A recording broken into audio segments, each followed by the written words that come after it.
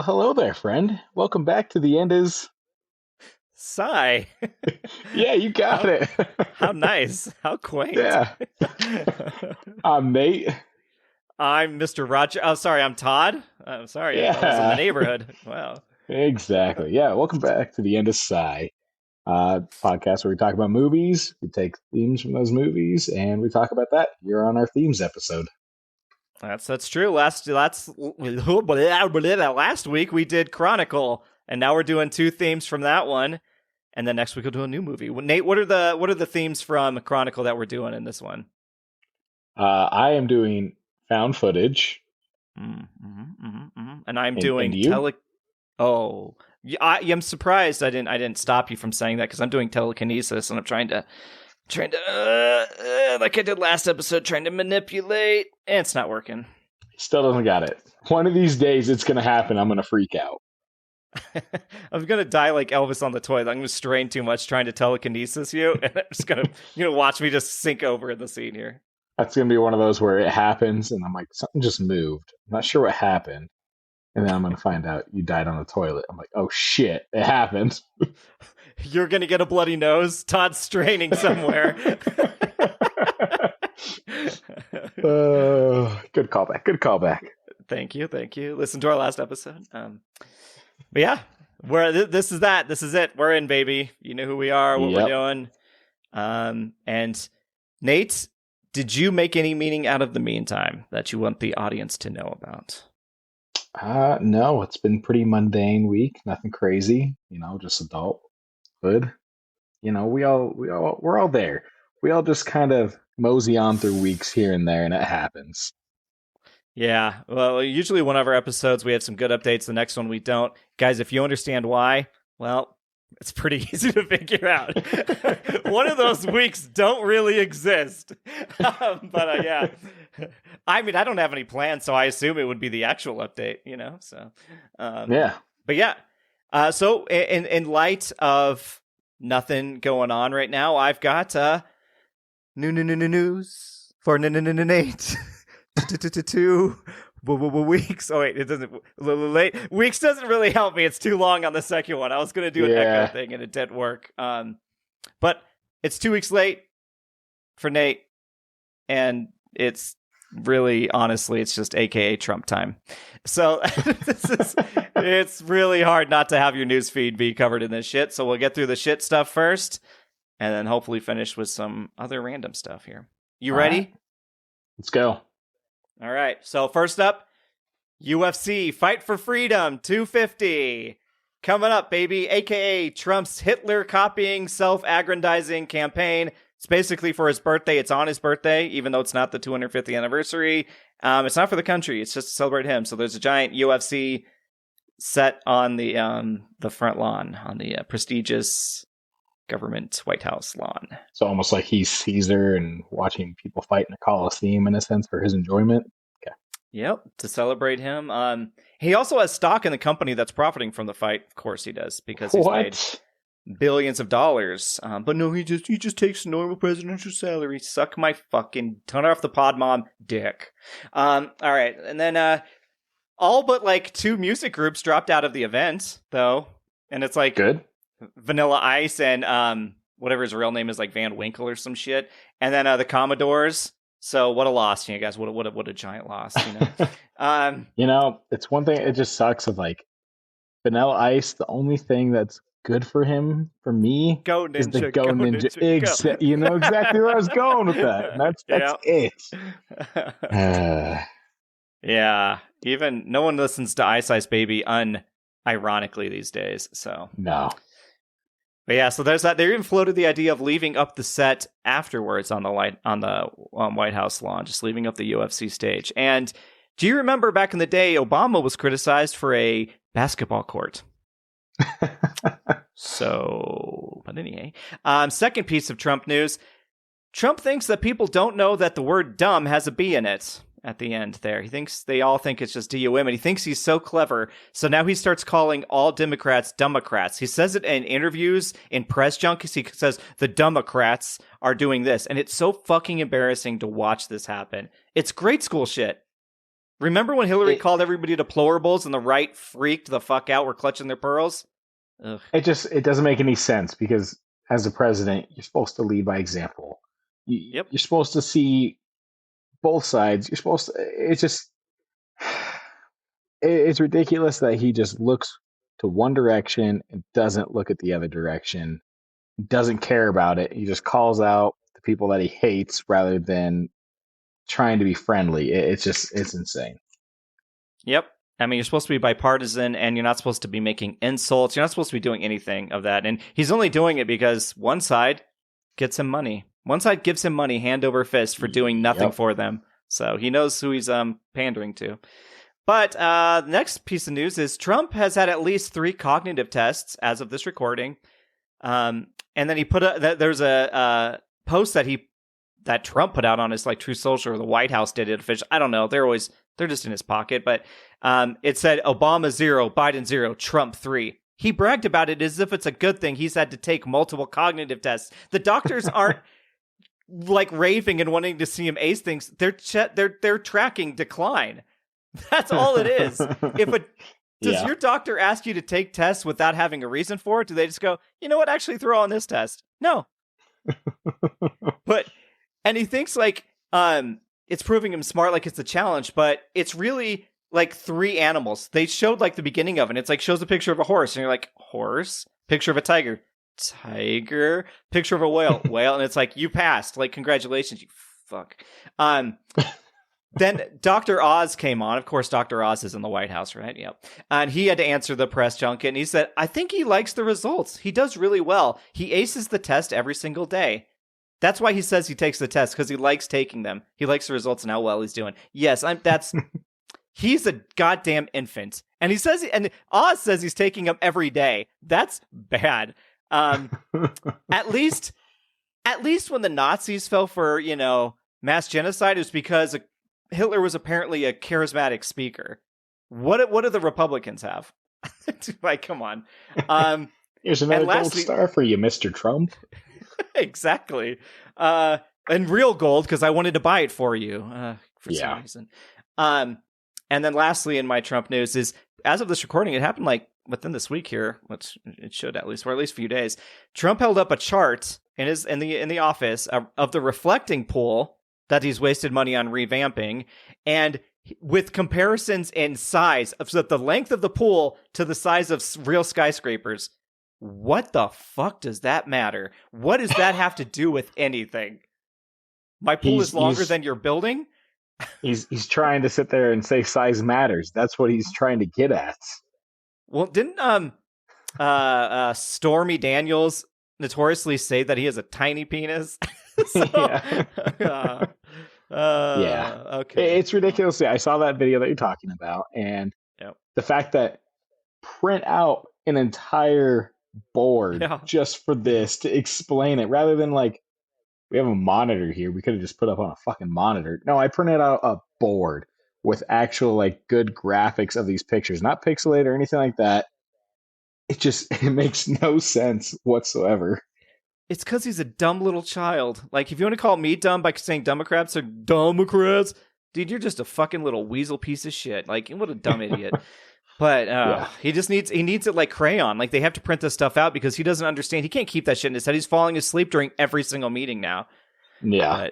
They're like, we need something easy for him to explain. What about size? Like the size of the pool being bigger than buildings. Yeah, he can handle that. Yeah. Okay. Yeah, we give him that. That's honestly probably what happened. It's not any more thought through than that. But further news that is 2 weeks late. The Obsession movie, which I have not seen. Have you seen it, Nate? I have not. No, this is our vow to you listeners. We will see it because its digital release plans were stopped because it's doing so well that it's getting an extended run in the theaters. This does not happen. This is like the good old days. And it was made for $750K. It's grossed over $100 million just domestically. Damn. That's insane. Incredible. That's good for them. Yeah. Yeah. And it's just a TikToker. These guys are funny, but like we've talked about seeing this movie for weeks and weeks now, but I think we need to see it since they extended it. That's Because there was another one. What was the other one that came out too? It was another TikToker Hokum. that was it Hulk? Backdoors Backdoors. from the video game, Backdoors. right? Backdoors was new. I don't think it was those. I can't remember what it Oh. was. But yeah, no. Either way, like the fact that like this is catching on, and it's like, oh, it doesn't have to be all big studios that run the box office. Yeah, and that Someone could fund these smaller movies, and they just have a good story element to it that catches. yeah. Last week you said you would fund 15 million to get Chronicles return. I would fund 750K to get 100 mil in return at bare Yeah, no minimum. kidding. Like that's where it's at now, just in the U.S. Like, can you imagine when he goes international? Yeah. Well, yeah, that's some good news in light of all the Trump stuff. This next one is kind of a mixed bag. Christopher Nolan was on an interview and saying he's never used email or owned a smartphone.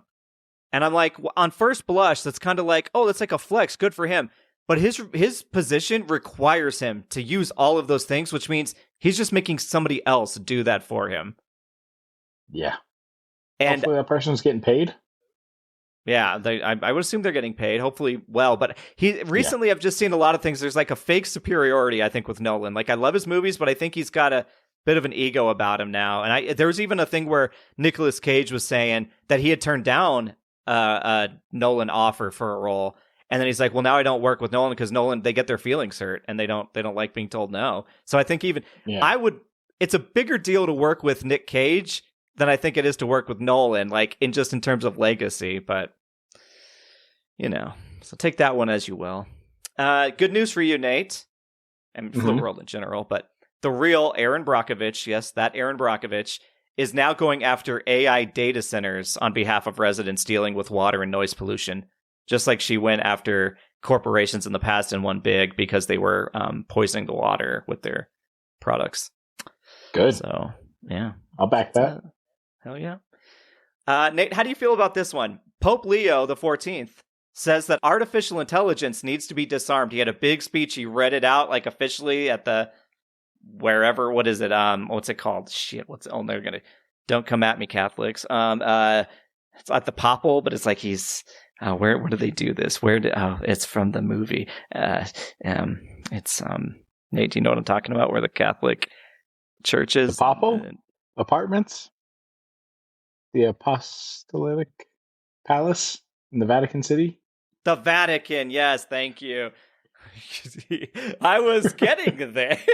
I was never going to get back to Vatican. That's the word, but yes, yeah. So he made that, and he said, they need to be like human needs to be part of this, and we should not be. He said, like, I know it's a strong word, disarm. It's like, not really, but I get it. You're the Pope, but it's like he's like even religion's leader is against AI. So I was like, that's cool. Let the two scourges of the earth fight each other.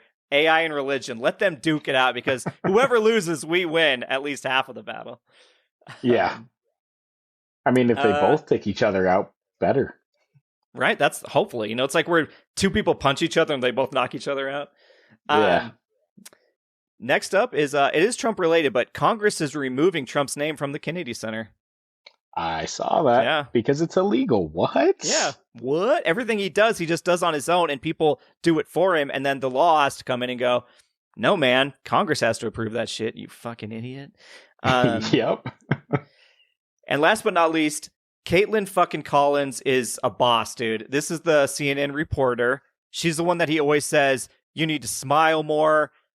She is morality, she is intelligence, she is composure, she is humor, she is beauty, she's my future wife. But seriously, Caitlin Collins, like, just go Google her and watch her clips. Like, he even had a recent one where he said she needs to smile more. She wasn't even talking or asking a question. He's like, and then CNN over here, they're fake news and blah, blah, blah. She gets yelled at by him all the time, and she just keeps her composure and listens. And she's like, in her head, she was talking on an interview recently. She's like, I know that the listeners can hear the question I asked and what he's responding to. Because one time it was about Epstein victims, and he started saying, you're fake news and you need to smile and all this stuff. And she's like, I know they heard my question, and his response is, I just get to listen and let him hang himself. Like, she didn't say hang himself, but I'm saying, like, she lets him hang himself, right? Like, you can just talk and be an idiot. So, yeah.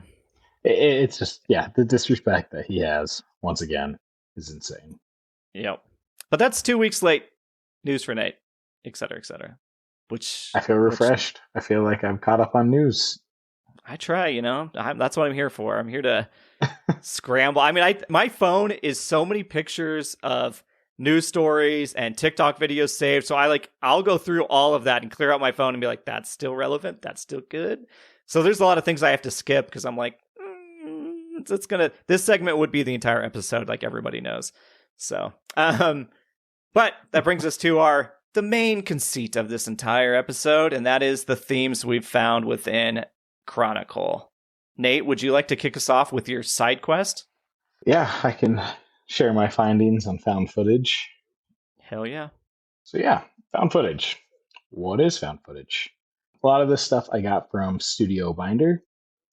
Found footage filmmaking is a subgenre in which all or a substantial part of the film is presented as if it were discovered film or video recordings, often left behind by missing or dead protagonists. This genre of filmmaking aims to give the audience a sense of authenticity and immediacy, often blurring the line between fiction and reality. Yeah, it puts you like in the driver's seat almost. Yeah. Yep. The term found footage was first used by film critic Roger Ebert in 1975 to describe a type of horror movie made up of mostly fake archival footage spliced together for maximum suspense. Okay, so yeah, 1975. That's huge, and the listeners will kill us since this is a movie podcast. That is Roger Ebert. He is of Siskel and Ebert fame. Yeah, the two thumbs up guys. So if anybody's gonna coin it, it's a reviewer that's notorious for kind of setting like those things in motion. So with that information, Todd, do you know what the first found footage film was? I want to say the obvious one is going to be, I would say Blair Witch, but I do not think it's Blair Witch because that was pretty recent. That's 90s, right? So I'm going to say Blair Witch Project and just let you school me. Guys, I didn't get them. It was the Blair Witch Project. Woo! Woo! Hey, it's like you guessing Mission Impossible. I get my victory. But mine's way easier to guess. You shouldn't have guessed mine, God damn it. Back in the late 1900s, the Blair Witch Project came out. Dude, it does feel like that, though. It really does. That movie I have never seen, by the way. Todd, you've seen it. A lot of times. It's so good. I think there's that's reason it kicked off the whole genre. Well, yeah, I think that's... You don't get that realization. Back in the day, when that came out, that found footage aspect, it wasn't talked about. There's no internet. There's no way to know, hey, what's happening with this movie? It's very realistic in that sense, though. You go in, you're like, oh, it feels like it was shot in real time, and that's it. Yeah, I lived through that hype. So there was the internet, but it was like very early, like forums and stuff, right? So what I remember, my friend's older brother was like the one that was like hooked on it and kind of like, osmosis to us was like, oh my gosh, he was, because they basically created websites that had all the claims and like the background, made it all mysterious. Like, we found this and we're archiving, we're going to release it. And they had everybody convinced. Like, it was like when the World of Worlds radio program came out way back in the day and pretended like the Earth actually got invaded and people were freaking out because there was no way to verify. This felt like it, where everybody was like, I think it might be real. There were legit discussions on whether the Blair Witch Project was real found footage because they had done the campaign so well and all the actors were unknown. Like, they did. It was a moment to experience movies. It was pretty cool. That's why they're so successful. Is they kind of went all in. Yeah, but I think that though, like the internet, it was around, but it wasn't as big. Not everyone had access or would go on it, and so it was just more word of mouth that would spread, rather than people being able to just go online and be like, well, what the fuck is the story behind this? Absolutely. There wasn't like Reddit and YouTube videos. Like, even if then it would have been so early on for like YouTube, but it was basically, you'd have to go to like one of those classic thread forums, right? Where it's like, you may have to refresh 100 times to see a new comment pop up and be like, what does this random person say about this thing? Like, you couldn't vet anything. Yeah. And it's just, I think that's where a lot of the magic gets lost in a sense with those found footage. Because there is the internet that's so prevalent. It's not like it was back in the 1900s. Yeah. So, characteristics of found footage. So, one of the characteristics is amateur video footage. So, typically, found footage films revolve around amateur video footage, often filmed by the characters themselves. This technique allows the viewer to experience the story through a first person perspective, thereby heightening the sense of realism. Do you think, having done your research, that amateur porn is considered found footage? So, is that the original found footage? I mean, honestly. What was the first found footage film you saw? Well, it's Debbie Does Dallas. No, I think that was the production. Okay. The other one I thought of, though, not that, was mockumentary, because that's been around longer than the Blair Yeah, Witch you're talking Project. And I like was like, Spinal Tap and stuff. yeah, that's kind of, I feel like, the first forte into found footage. Yeah, I agree with It that. just, Blair Witch just made it popular as a genre. It made it like Uh, to the movie theaters, like the blockbuster status. Yeah. yeah. Another characteristic is shaky visuals and realism. The use of handheld cameras often results in shaky visuals, further contributing to the film's authenticity. This intentional stylistic choice immerses the audience in the raw and unpolished nature of the footage. Now, I know this is something that a lot of people hate with the Yeah. found footage is that Mhm. shaky cam. What are your thoughts on that? People get sick from that. I hear a lot. I've never had a problem with shaky cam unless it's like done poorly. There are certain ways where shaky cam has to be done, like it almost has to, but like you almost like keep the same plane. Like there are certain rules to make it so it doesn't make you feel seasick, right? Even like with virtual reality, it kind of works that same way. But I've never had a problem with it. I remember even like Born Identity had shaky cam, but it wasn't in the found footage thing, Yeah. and that was a big controversial thing, is where it was so jarring to move around. But I do enjoy it. Like I like to your point, almost like mockumentaries, like the original Office and things like that, where they'll walk with the camera, like the camera crew is supposed to be there walking through the office, and you do get some of those quick movements and stuff. And you, as long as you play by certain rules with keeping people's like eyesight's lined, like I think you can make it work, and it's a very effective technique. Yeah, kind of like Surf's Up, how it did that. Oh Jesus! Oh no! This entire thing was a Surf's Up callback. Well played. Yeah. Next one is absence of a musical score. So, in Mm. line with the conceit that found footage is unedited, these films often lack a musical score. This deliberate omission enhances the sense of authenticity and creates a more organic viewing experience. Yeah, we forgot to mention. Fun fact for Chronicle last episode was that they had so many songs listed at the end. It was insane. I was trying to Yeah. fast forward, and they just kept going, and that's because they're using songs from like the radio or background, and like something like they're using the sounds from the car that they're driving just to make it feel authentic, and not, you can't drop an orchestra over the top and have it still feel like it's found footage, because no one would do that, right? I mean, Yeah. that's the biggest issue with found footage, is that people believe, sometimes they believe they're real, but you have to go, so you're telling me somebody found people dying, edited it, put it up onto a TV, and had people eat popcorn while they're watching? Like, you just have to, yeah, at a certain Damn point, you have to straight. like, you have to pull back the curtain and be like, no, no, no, no. I think that's great, though, because sadly, when it comes to like the scary movies, when that like crescendo, the big part hits and the music's just starting to build or it just stops and all, you're ready for it. You're expecting it. To where found Yeah. footage, it's more of just you're in the moment, you don't know what's happening. It's just it's there. And so I really do enjoy that aspect of there's no musical score with the found footage Yeah. stuff. I agree. I do. Did you ever see Paranormal Activities? Yes. There's one, and I think most people know this, even if they haven't seen it, where they're in the kitchen, you're just watching the kitchen, and then everything explodes out of the kitchen. Like everything. And that is so loud because you're just watching and you're hearing the real pots and pans and stuff. It scares the shit out of you when it happens, because Yeah. it is that like real world silence, and then something that's not supposed to happen just jarringly hits you in the ears, and you're like, that. I mean, it's very well pulled off. Yeah. But that's kind of it as far as like some of the specifics for found footage that I found. Mm-hmm. So I was like, all right, how do I bolster this up a little bit? Yeah, our list. I like lists. So, according to Ooh. IMDb, it's their top 10 found footage films. Let's see if we agree here of how many Nate has seen. Let's just start from bottom to top. So, number 10, Mm-hmm. Troll Hunter. Do you ever see it?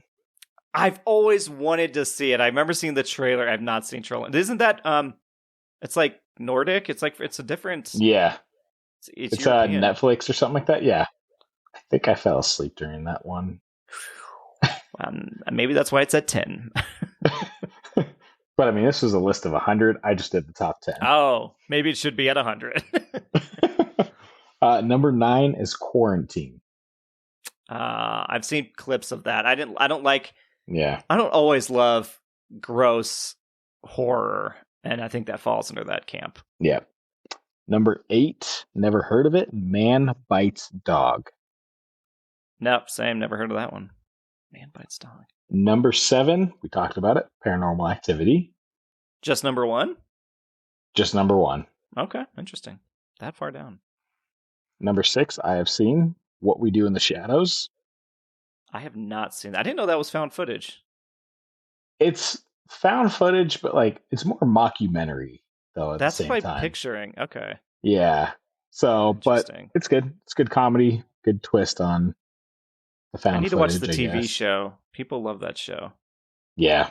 Matt Berry, right? Yeah. Yep. Number 5 is REC, short for recording. That's right. I've not seen that one. I've not seen that one. People have talked about that one being good. And that one I think is a foreign film, if I'm not mistaken. I mean, it's high in the list, so we're missing something good. We're failing on this list. The next one I have not heard of is The Taking of Deborah Logan. Yeah, is that a recent one? Think so.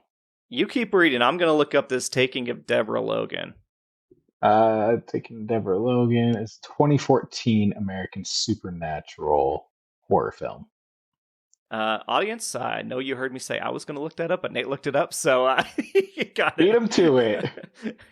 God, he's still apex predatoring me. Call back. Yeah, I knew that one sound. That's like the basically, what is the name? The guys. I'm supposed to be quicker when I'm on a podcast, not when I'm in my real life. This was real life. I'm clocking these things. I'm like, oh, that's a reference. That's a reference. When I get on here, it's brain farts. What is the one where she spits green pea soup and she's possessed? The Exorcist. Yes, it's like The Exorcist. Like when those movies, it's always like the name of the lady now, and they're doing the exorcisms. That's what that one's about. I'm pretty sure. Okay. Thank you, Nate. Number 3, they have as Cloverfield. Okay, yeah, agreed. Yeah. Number 2, The Blair Witch Project. Well, I swear to God, Nate, if one is Chronicle, I'm gonna telekinesis myself to an aneurysm, and you're just gonna pop out of existence. And number 1 is not Chronicle. It is As God. Above, So Below. Whoa! I need to watch that movie, apparently. Blair Witch is the GOAT. It should be number 1. I think because it probably doesn't age as well, because it relies on very long scenes in Blair Witch, because they're really trying to sell the idea that you would hold onto this camera and film everything, right? And that's the hardest thing we've realized. Is trying to get it makes sense that you would hold it during all this bullshit.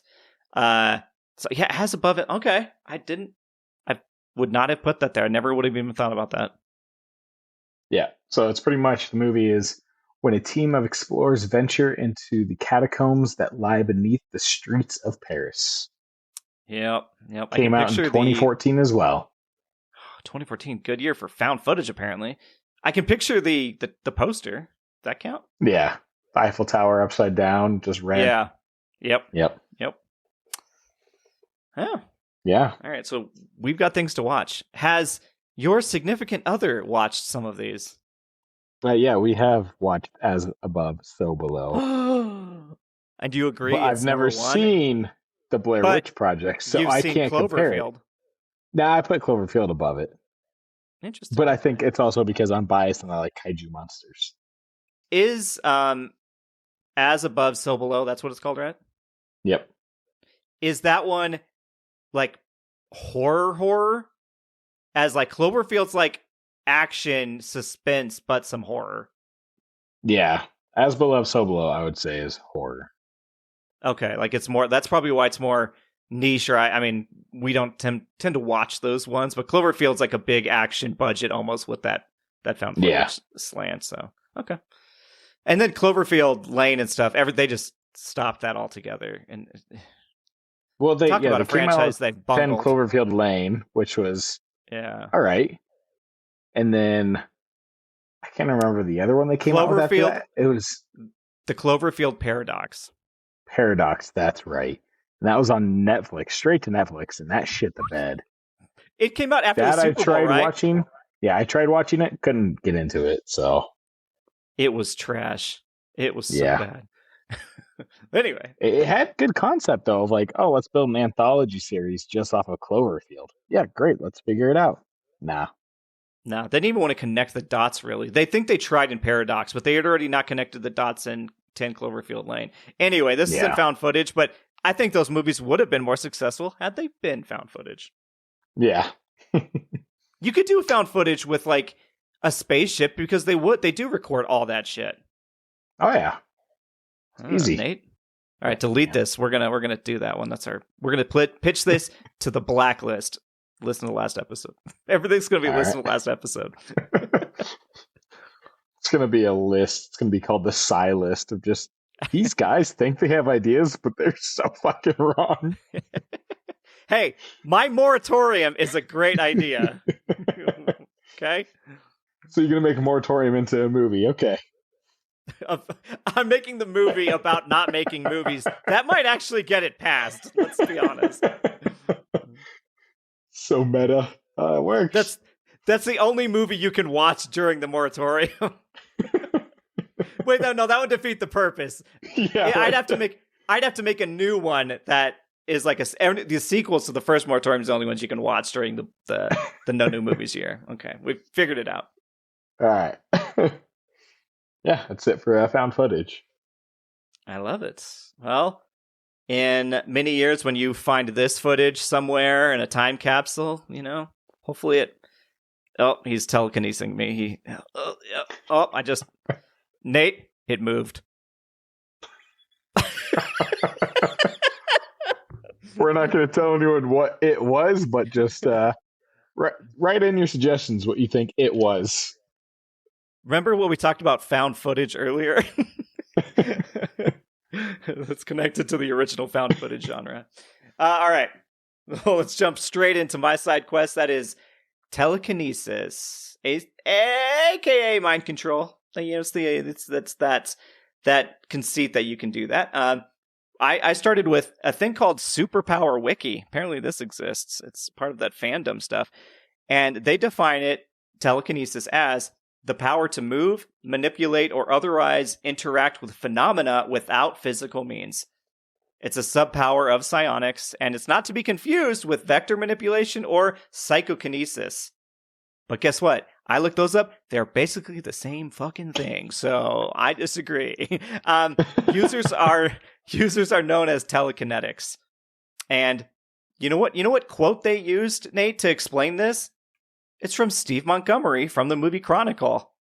They say that telekinesis is the ability to move, lift, vibrate, spin, bend, break, or impact objects through the direct influence of mental power or other non-physical means. That's what he reads out in the movie. So a little callback. That was nice. And right away it says, I went from basically the Superpower Wiki to the regular wiki, OG wiki. And they're like, there is no reliable evidence that telekinesis is a real phenomenon, and the topic is generally regarded as pseudoscience. Shocking. So, according to Nate, before I even jump onto that, I know what the answer is. You don't believe in telekinesis, but do you feel like there's any sort of mystery thing that humans can do that we just haven't even figured out yet in the grand scheme, like thinking that we're all connected? I made it move. Yep. We've Sarcasm, I seen knew a it. guy blow up shit with his mind in a previous movie. So yeah. Accepted. I kept picturing him blowing up the car and stuff. Yeah. Uh, yeah, we do a lot of movies with telekinesis, everybody. Help pick up on that. But Now we're going to become experts on it. yeah, you fucking wish. All right, according to the real Wikipedia, cognitive bias research has suggested that people are susceptible to illusions of telekinesis. These include both the illusion that they themselves have the power and that the events they witness are real demonstrations of telekinesis. And they say, for example, the illusion of control is an illusory correlation between intention and external events, and the believers in the paranormal have been shown to be more susceptible to it. Of course, if you're like, I believe ghosts are real, then that object that moved was a ghost instead of the wind, or because you set it on the edge of a counter and you don't remember that and it fell, that's obviously a ghost knocked it off. And, you start to make these. A lot of stuff with ghost things is like making excuses for natural phenomenon and saying, oh, well, it's a spirit or something else caused this. And people will equate that the same way to telekinesis. Now, let's say you have a ghost hunter in a room and a guy that claims he has telekinetic powers. Who's going to win the argument there? The guy that's like, no, I moved that object with my mind, or the guy that's like, no, a ghost moved that object? I believe that the critic will win that because, and we'll get into that in just a second, actually, because there are people that do not want people to keep claiming they have telekinesis. They're like, prove it, motherfucker. So good tease. We'll get to that here. They go on to say that psychologist Thomas Gilovich explains this as a biased interpretation of personal experience. For example, someone in a dice game wishing for a high score can interpret high numbers as success and low numbers as not enough concentration. Like, blow on the dice and I rolled a 7. It's like, that's just probability, but you may think you're on a lucky streak, right? And it tends to line up that way. Sometimes people get on hot streaks and explain that, but that's not telekinesis, but that's the same kind of conceit. I realize, for the audience, I'm gonna tell Nate this person. I use the word conceit a lot. It's like my go-to. I don't ever use conceit outside of this goddamn podcast, but when I get onto it, I'm like, well, that perfectly surmises what I'm talking about. But anyway, so yeah. I just wanted to somebody telekinesis that out of my fucking brain. But okay, anyway.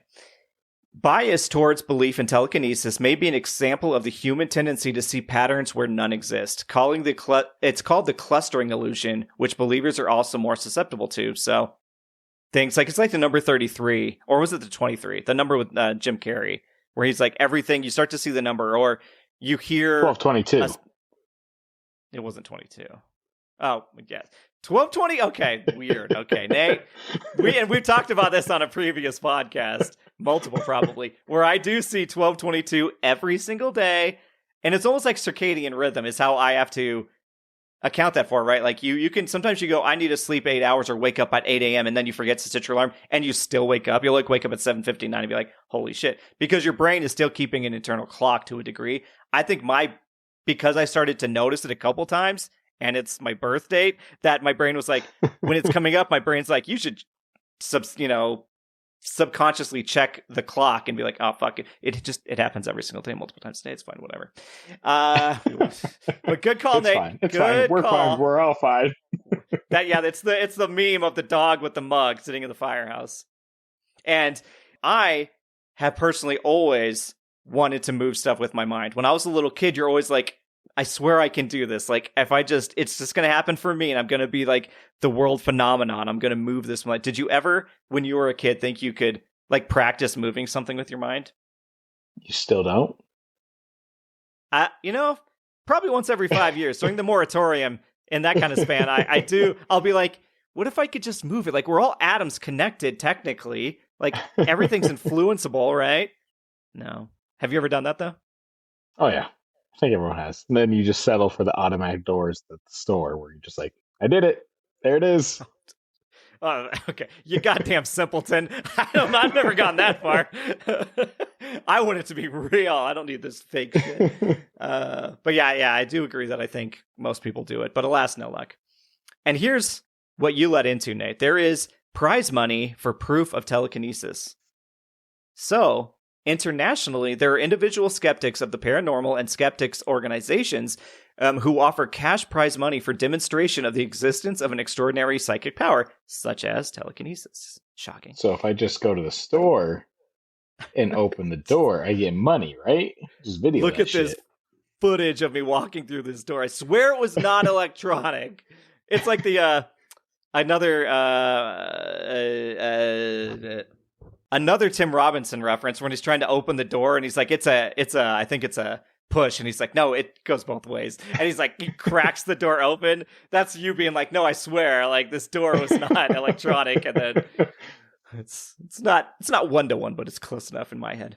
But anyway, they go on to say that prizes have been offered specifically for telekinesis demonstrations. For example, businessman Gerald Fleming promised to offer 250,000 euros to Uri Geller.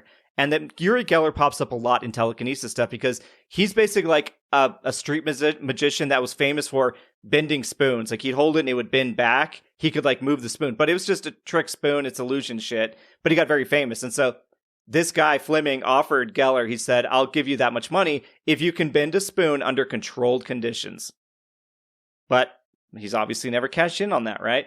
And then the James Randi Educational Foundation offered the $1 million paranormal challenge to any accepted candidate who managed to produce a paranormal event in a controlled, mutually agreed upon experiment. Again, this is why when you said who would win, the critic or the guy doing it, because you have to be like, no, you can set stuff up. You can control the things you bring and manipulate. You take this anywhere else and try to recreate that, and you won't.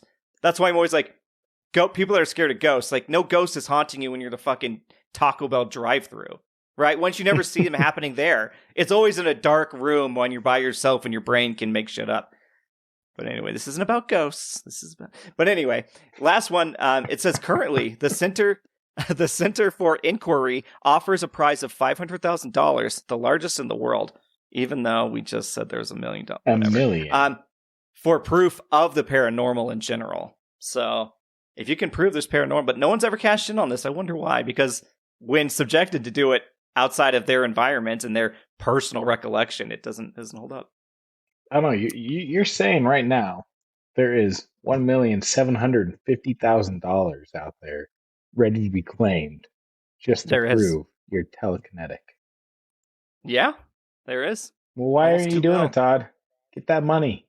I told you I did try it. It never worked. Guys, he just doesn't want it to come out. He doesn't want to be experimented on. Honestly, that is what would happen. We'd immediately be taken in a black bag over our head and subjected to so many tests. And then I would get money, and they'd be like, "You've never heard of the name Todd Camp?" I'm like, "No, I haven't." Dang, I was going to say, of all the administrations to be taken by, this one would suck the most. Because, like, it wouldn't even be for good science. It'd just be for dummies poking you around. But Nate over here is like, I'm in, I'll sell you out to the highest bidder. Well, Nate, do you know that there's always famous telekinetic people in pop culture? We've got the Jedi and the Sith. We've got Carrie from the Carrie movies, the scary Stephen King stuff. Jean Grey, kind of a big dog there. 11 from Stranger Things. Chronicle they listed. And one I always forget, and that's Matilda. Yeah. Matilda was doing all that shit. Yeah.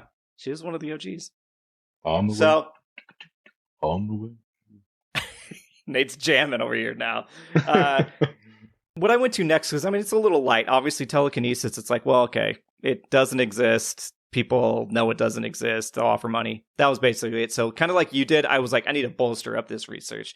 So I found an article on anthropology-news.org, and it's called How to Experiment with Telekinesis.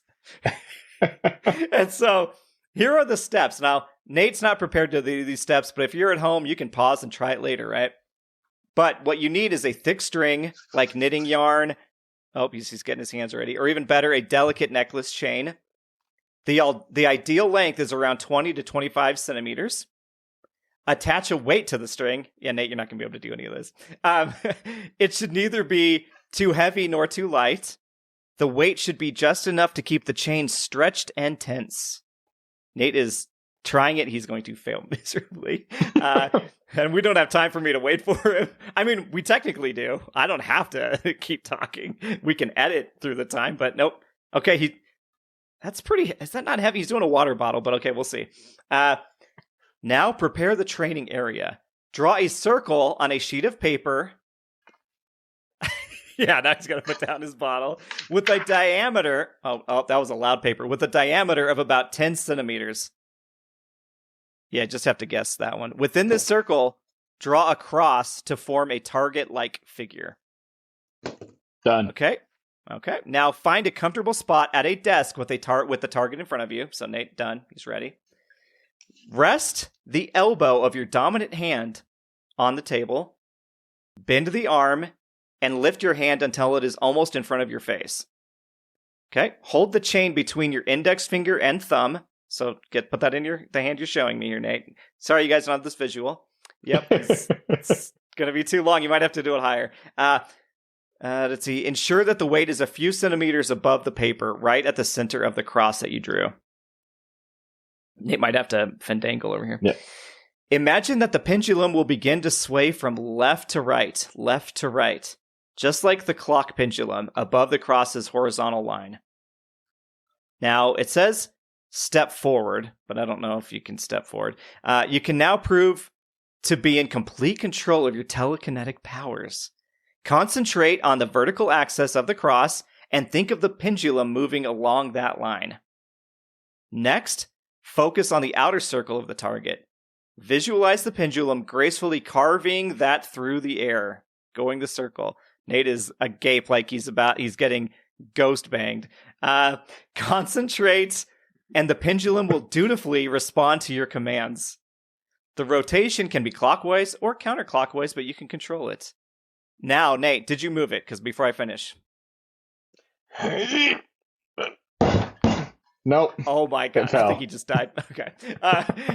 Well, Nate's was not the ideal for this, but what they do say is next it says, you moved the pendulum not with the alleged power of your mind, but through your ideomotor response. Ideomotor response? IDEO motor response. I don't know how to pronounce that. Idiot that's response? What you moved it with. Okay. No. That's how I read it. But it says, although your hand seemingly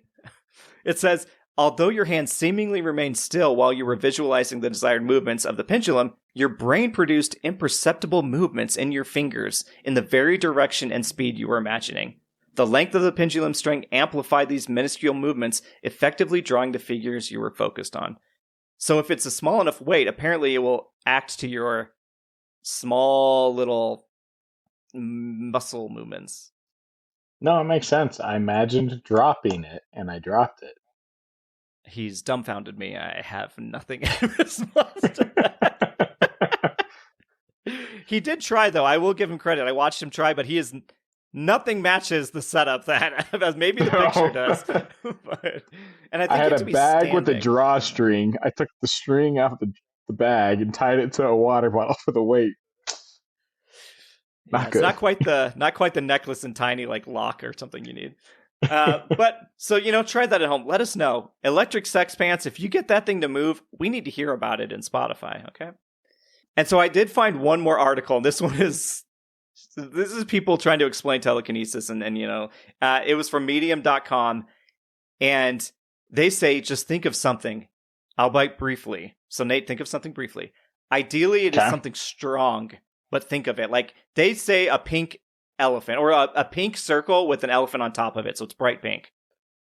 Picturing that? Yep. Okay. All right. Have you thought of something like a pink giraffe for 5 seconds? So do the 5 seconds. You probably have at this point. Okay. Real time, guys. If so, you've just performed an act of telekinesis, Nathaniel.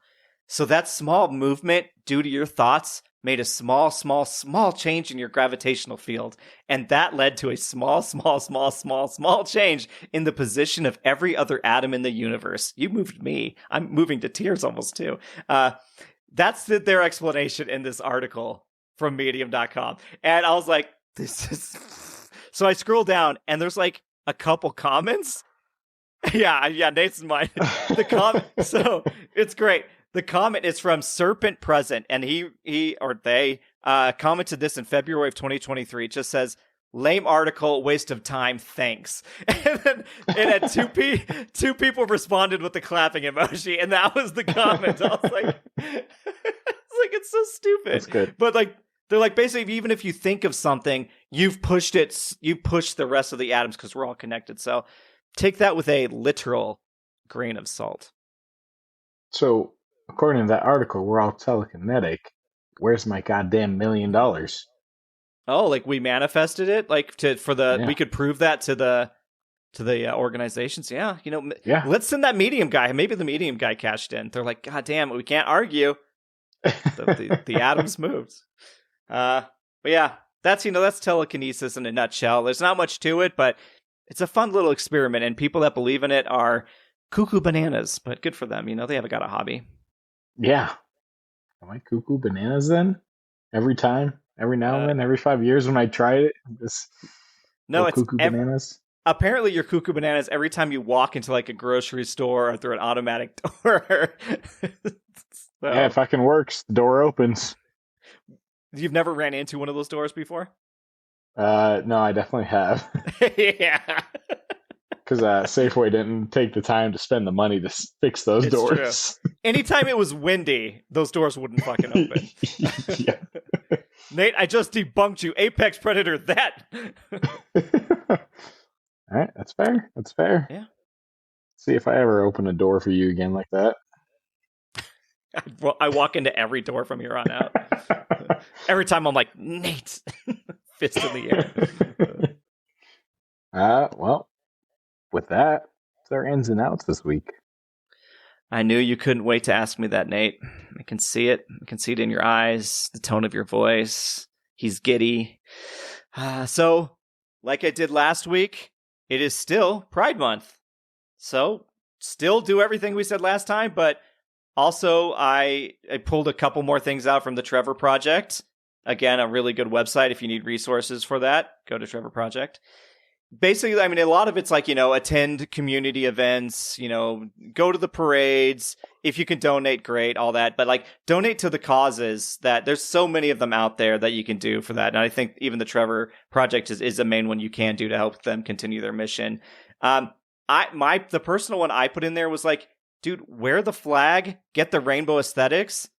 The clothes that I have that on is some of my favorite pieces to wear. Not only does it show like allyship, it fucking looks cool. Make the MAGA crowd uncomfortable. Wear it. Like I every time I'm wearing something with like the rainbow on my shirt, I'm like, everybody's gonna think I'm gay, and I'm like, good, fuck them. I don't care. What the hell do I care? Like, but it's like also I feel like I'm presenting myself as a more approachable, non-threatening person to be like, dude, you can be whoever you are around me. I don't care. Like, you see just like any white male and you're going to be like, I wonder how accepting they are. And that's just the nature of America right now, right? So it's like anything you can do to be like the stickers, the bumper stickers, the flags, anything like that. I think, every little bit helps to kind of show that you're part of that, supporting that community. So that's my in. Nice. Do you know what my out is? We don't need one. It's all in. It's Pride. Everybody's in, dude. Everybody's welcome. There is no out this week. Okay. So yeah, no one's out. Everybody's in. Hell yeah. With ins and outs out. Is this what are we doing movie next week? Are we watching next week? Echo. We are going to watch 4 Rooms. Nate, have you ever seen this movie? Nope. I could have called that. Not many people have. I mean, I don't know. I think it's like a cult classic. And I'm actually going to give the premise in this one because I feel like we should give the synopsis to people. But, no, I was like, I've never even heard of 4 Rooms, so yeah. It's a great, how do I say it? Conceit? Guys, I'm losing my mind. But anyways, 4 Rooms is a 1995 American anthology farce black comedy film co-written and co-directed by 4 different people. That's why it's 4 Rooms. Allison Anders, Alexandre Rockwell, Robert Rodriguez, and Quentin Tarantino. The story is set in the fictional Hotel Monsignor in Los Angeles on New Year's Eve. Tim Roth plays Ted, the bellhop and main character in the frame story, whose first night on the job consists of 4 very different encounters with various hotel guests. And so each one is like a whole separate plot just in the same hotel, and different directors directing different people. It's so cool, and I'm surprised they never really did that again. Grindhouse, I feel like, is the only other kind of thing that they did that where two directors had the same movie and had like very different styles in each one. So spoilers, there's some big stars. Madonna's in there, Bruce Willis is in there. Like there's some big people in Four Rooms. So I'm excited for Nate to watch this. And you guys should all watch it too. And we can talk about it together. But really just us talking and you listening. I'm excited. Well, while you remain excited, Nate, what can they get excited to do in the meantime? What are your recommendations here? I feel like this one's kind of on point. I recommend Mysterium. Ooh. It's a board game, right? Yeah, Mysterium's a board game that was created by, I'm sorry, I'm going to butcher these names, Oleksandr Nevsky and Oleg Sidorenko. I think you nailed it. Okay. Great. Thank you. Yeah. So pretty much it's a game where one person is playing like a spirit or a ghost in a sense, while the other, how many ever people you're playing with are like fortune tellers or like psychics? Yeah, psychics, yep. And you're trying to figure out how they were murdered. And there's kind of like a bunch of different images where the ghost is trying to explain like one word at a time how to get to where they were murdered and stuff like that. So it's a very interesting game, but it's definitely a fun one. Good cooperative game. Nice. And I ask this every time, have I played this one? I think you have, yes. I believe you have. I think I have too. A long time ago. Yeah. Is this the one where you put like a clock up? Yes. Yeah, I remember the setup. Okay. Yeah. And what do you got for us? I have another Apple TV show that is actually airing right now. So just like Widow's Bay, this is also currently going, and so far so good. It is called Maximum Pleasure Guaranteed. And it is about a divorced single mother that's caught up in a kind of a murder plot of an OnlyFans streamer that she was on with. And she's not the streamer, he is, and now she's kind of getting twisted up in this. And it's got Jake Johnson from New Girl and the lead actress, my future wife, Tatiana Maslany. I've mentioned her in the past, I think, from like Orphan Black, but she's so good. Like, I mean, she weathered the She-Hulk incel storm that she got from that. Like, that was really bad. But man, she's got a great spirit about it. She was just on Comedy Bang Bang recently. Her episodes are some of the best because she's like truly a fan. They showed up to like Comic-Con one time for the panel for Comedy Bang Bang and dressed up as like Ninja Turtles, her and her co-star Christian Brune from Orphan Black. But I mean, she's just down for it, and she's so good in this show, but she just dives into the roles. And I actually saw an interview today where she is wearing like a Free Palestine pin, like a Protect Gaza and like everything. I was like, she's on the right side of the history. I mean, the show is good so far and aesthetically cool. But it's almost like a Tatiana Maslany appreciation recommendation as well. Go watch any of her stuff and you won't be disappointed.